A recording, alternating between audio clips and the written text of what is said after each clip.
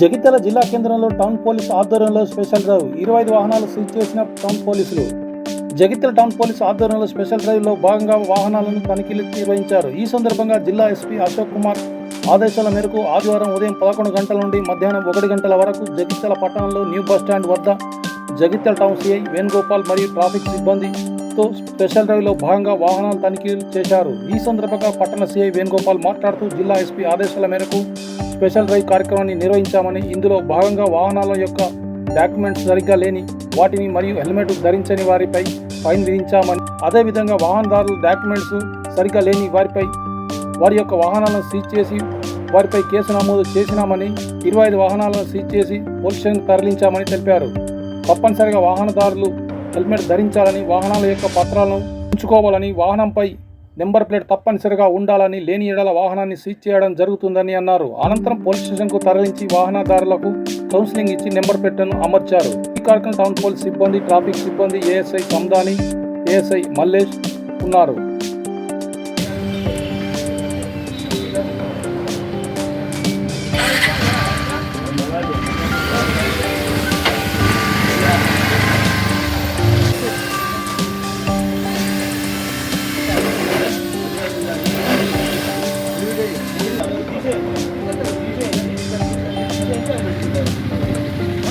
జగిత్యాల జిల్లా కేంద్రంలో town police ఆధ్వర్యంలో స్పెషల్ డ్రైవ్ వాహనాల తనిఖీలు. జగిత్యాల పట్టణ పోలీసు ఆధ్వర్యంలో స్పెషల్ డ్రైవ్లో భాగంగా వాహనాల తనిఖీలు నిర్వహించారు. ఈ సందర్భంగా జిల్లా ఎస్పీ అశోక్ కుమార్ ఆదేశాల మేరకు ఆదివారం ఉదయం 11 గంటల నుండి మధ్యాహ్నం 1 గంటల వరకు జగిత్యాల